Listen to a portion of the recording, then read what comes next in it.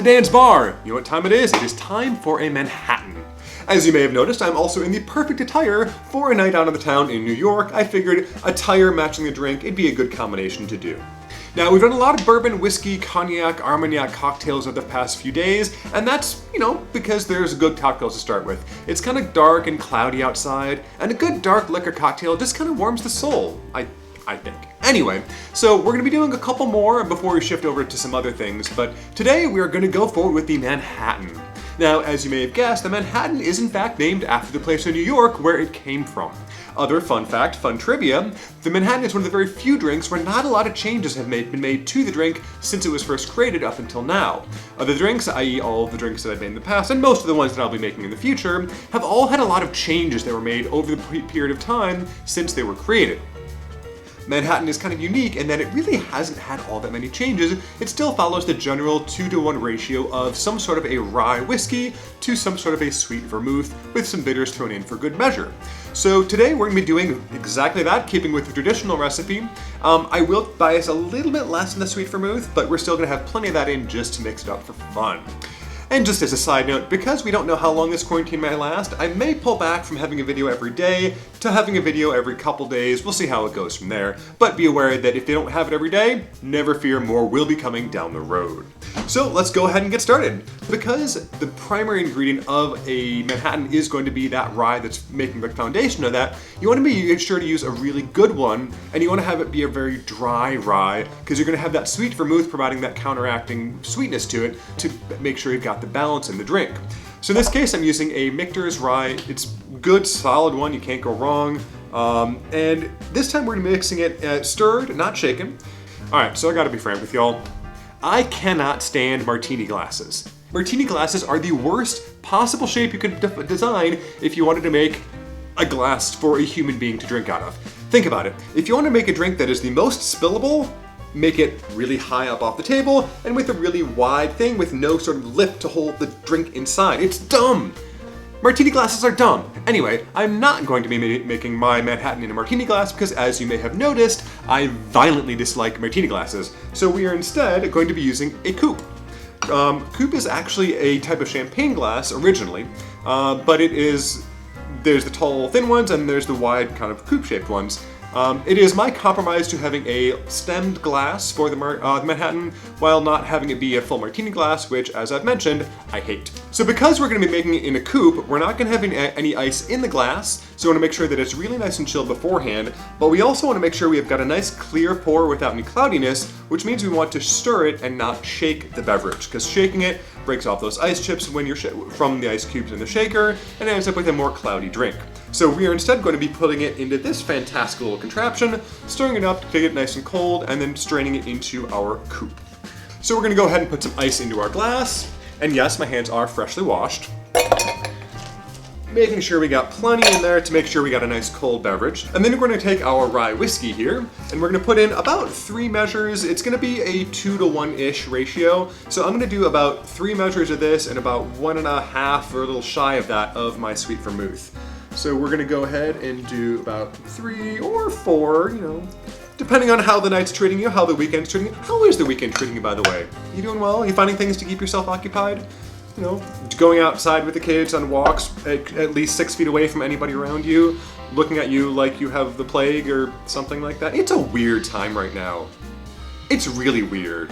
Anyway, so we've got our rye in the beverage. Now we're going to go ahead and add in about ounce and a half. Actually, because I had closer to 4 ounces of my rye, I'll put in a full 1.5 ounces to 2 ounces of our sweet vermouth. Now this is made by Kochi, just a standard sweet vermouth. And this is going to basically be the extent of our core components to the cocktail. It's a very, very simple cocktail that you can probably make with things you have around the house. A lot of the other cocktails I'm making may have an ingredient or 2 or 3 or 4 that you don't have. Totally fine. This is one that you probably do have all the things to around the house. So this may be a good one if you're just looking for something to get started, see what you want to do. By all means, go ahead and try this. Give this one a try. We're also going to be throwing in just a couple dashes of our Angostura bitters, just the classic one to give our classic flavor. And I'm also going to be putting in some orange and fig bitters, give a little bit of fruity textures, a little bit of more dark fruit notes, because that little dark fruit's going to give us a little bit contrasting flavors to our rye whiskey, and balance, as I've mentioned repeatedly, is all the rage right now. So we've got our main ingredients in here. We're going to give it a stir with our, what was previously called ridiculously long spoon, but in this case probably is about an appropriate length, because it's, I don't know. I know there's reasons for these spoons to be so long, but it just seems excessive when it won't even fit in the silverware drawer, and it's got to have its own standalone box. And even if you put it in a Xerox box, it's got to go diagonally. In any case, we now have our freshly stirred drink that is now nice and chilled down. I would recommend stirring it for maybe 30 seconds or so, just to make sure it's got as much cold transfer as we can get. After that point, it may start diluting it because the ice cubes are going to start to melt more, but making sure you got a nice cold drink, because once it goes in the glass, it's not going to get any additional chill, is going to be important to make sure it is the appropriate temperature. Now that we have that nicely chilled, we're going to go ahead and do a nice pour into our prepared coupe, being sure not to let any of the ice cubes into our glass. And so there we have an absolutely beautiful cup here, beautiful glass. Nice and transparent, gorgeous color. Those Angostura bitters really give it a nice color. And so now we have our beautiful glass. Now, it's good to drink now, but I would go ahead and recommend go the extra mile, do some garnish. I haven't done a whole lot of garnish because garnishes are nice, but if you're having it as an everyday drink, it's not always something you want to do if you're just making a drink for yourself. But in this case, I would say it's a simple enough drink, there's few enough ingredients, why not go all for it? Make it a little bit fancier. So what we're gonna do is we're gonna be putting some orange, some toasted orange zest and oils on top of the drink. So take your orange, which is freshly washed, to make sure that, well, it's washed. Wash your produce. Wash your produce. Hot water's good, towels are good, make sure it's nicely done. Anyway, so we're gonna get a nice chunk off of that orange peel there. And once we've got that, what we're going to do is take a lighter. That's right, we get to play with fire. Fire's fun. And we're gonna warm up this orange peel so that we can get the oils to get off of that and really nicely give a nice toasted flavor into our drink. So once we've got that, what we should be able to do is not working. In theory, we should be able to, well, that's not working. Well, whatever.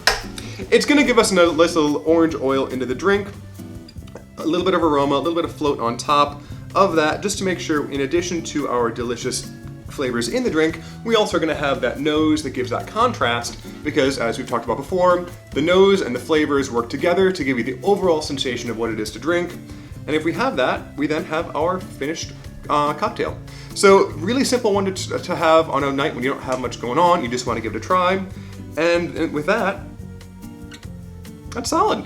It's solid, you can't go wrong. And the orange on top, it prevents you from going down and immediately smelling the rye whiskeys underneath. And so it really adds a nice character and nice balance to that. And then once you taste it, everything changes because that orange has been replaced by the vermouth and the whiskey. It's really just a good combination.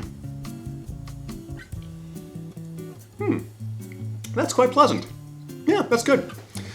So I would go ahead and give it a try. If you don't like vermouth, maybe pull that back a little bit or make it a little bit less sweet.